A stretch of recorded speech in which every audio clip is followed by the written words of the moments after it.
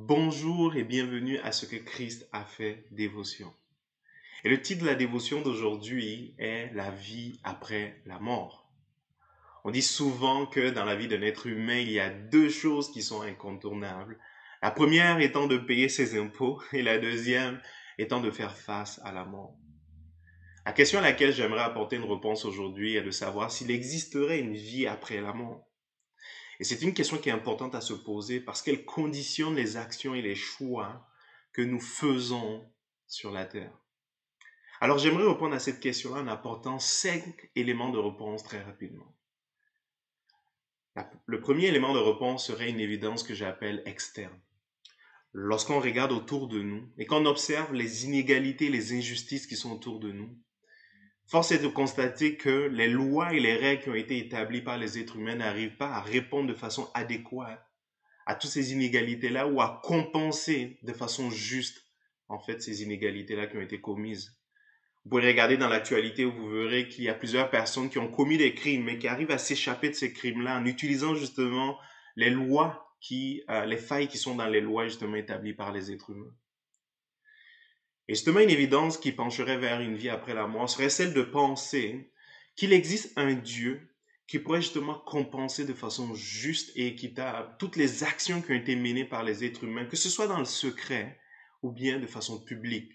Car ce Dieu-là connaît toutes choses. La Bible dira dans Romains 2, le verset 6, que Dieu jugera chacun selon les œuvres qu'ils auront commises. Une deuxième évidence qui porte justement sur la vie après la mort serait une évidence que j'appelle interne, interne au cœur de l'homme. On peut constater que dans notre monde, il y a tellement de choses qui nous sont proposées, mais très peu d'entre elles arrivent réellement à combler le désir de nos cœurs. Et même la durée de vie que nous avons ne serait même pas suffisante pour pouvoir dire que nous sommes arrivés à combler tous ces désirs-là et ces besoins-là. La Bible dira que dans le cœur de l'homme, dans Ecclésiaste 3:11, il y a une pensée d'éternité. L'éternité est la seule chose qui pourrait satisfaire notre âme. Et justement, cette éternité-là est possible parce qu'il existe une vie après la mort. La troisième évidence, très rapidement, qui porterait justement sur l'existence de la vie après la mort, serait une évidence qui est scientifique. Une étude qui a été publiée en 2014 par une université au Royaume-Uni montrait qu'auprès de 2000 personnes qui ont été justement suivies après leur mort et ramenées, réanimées après un arrêt cardiaque ou plusieurs minutes, plusieurs heures après leur mort clinique, disaient qu'il y avait un état de conscience qui était toujours là, malgré le fait qu'ils étaient cliniquement morts. Et plusieurs scientifiques, justement, pensent que l'état de conscience demeure même lorsqu'on est cliniquement mort, même si on ne sait pas combien de temps cet état-là demeure. Et déjà, ce sont des pistes qui montreraient qu'il existe justement une vie après la mort. La quatrième évidence est une évidence qui est biblique. Il y a tellement de passages dans la Bible qui décrivent et qui montrent qu'il existe une vie après la mort. On peut passer, par exemple, à ce passage-là dans Luc 19, où Jésus va parler en fait de Lazare et de l'homme riche. Et Lazare était un homme justement qui était fidèle aux yeux de Dieu, aux recommandations que Dieu lui demandait. Et l'homme riche était une personne qui vivait selon son propre désir, selon sa propre volonté. Les deux vont mourir et Lazare va se retrouver dans un lieu qui serait un lieu de consolation, un lieu de paix. Alors que l'homme riche va se retrouver justement dans un lieu qui sera un lieu de tourment, un lieu de détresse et de douleur. Et ce passage-là qui est raconté par Jésus décrivait justement qu'il existe bel et bien une vie après la mort. La cinquième évidence qui est selon moi l'évidence la plus grande est celle de la résurrection de Jésus-Christ. Tellement d'évidences archéologiques ont montré que effectivement, le tombeau dans lequel a été mis Jésus est vide et aucune trace de son corps n'a été retrouvée malgré toutes les prouesses technologiques que nous avons actuellement. Une autre preuve de la résurrection de Jésus est le fait que Jésus vit actuellement au travers de la vie de millions de personnes sur cette terre qui peuvent témoigner de ce que Jésus a fait pour eux. Et tout au long même de ce site-là, ce que Christ a fait, vous pourrez voir tellement de témoignages de l'œuvre de Jésus dans la vie de plusieurs.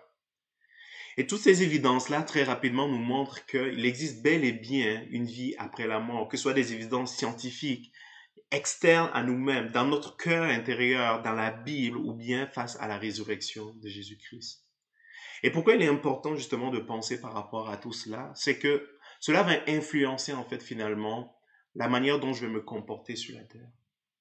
Si je décide par exemple de vivre selon mes propres désirs, ma propre volonté, je vais déjà constater premièrement sur cette terre-là qu'il y a tellement de choses qui n'arrivent pas à remplir mon cœur, à rejoindre les désirs qui sont dans mon cœur, à donner un sens à ma vie.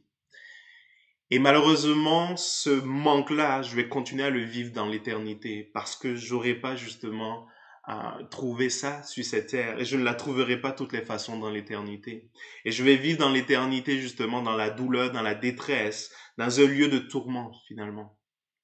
Alors que lorsque je décide de donner ma vie à Christ, je commence à expérimenter dès aujourd'hui l'amour, la consolation et surtout une relation avec Dieu. Et cette relation-là, je pourrais la contenir, la continuer et la maintenir dans l'éternité. Où je vais vivre une vie qui serait une vie d'amour aussi, une vie de paix dans la perfection avec Dieu. Et la question que j'aimerais te poser aujourd'hui est de savoir où est-ce que tu aimerais vivre cette éternité-là? Loin de Dieu dans le tourment ou avec Dieu dans la consolation, dans la paix et dans cette relation-là avec lui? Alors tu peux faire ce choix-là dès aujourd'hui, de décider d'accepter et de croire que Jésus-Christ est mort et ressuscité pour te permettre justement d'avoir cette relation-là avec Dieu. Et une fois que tu demandes très simplement à Jésus de venir te rencontrer et de rentrer dans ta vie et de devenir surtout le maître, c'est-à-dire celui qui aura une autorité sur les choix, les décisions et sur ta manière de vivre sur cette terre-là, tu vas pouvoir déjà commencer dès aujourd'hui cette relation avec Dieu. Et si tu as déjà commencé cette relation-là avec Dieu et que tu as déjà Christ dans ta vie, tu pourrais peut-être te poser la question à savoir, au stade où je suis actuellement, est-ce que ma vie est toujours soumise à Jésus? Est-ce que Jésus est toujours le maître de ma vie? Est-ce que je suis toujours dans cette trajectoire-là qui me mène vers l'éternité avec Dieu? Est-ce que je crois toujours en Jésus?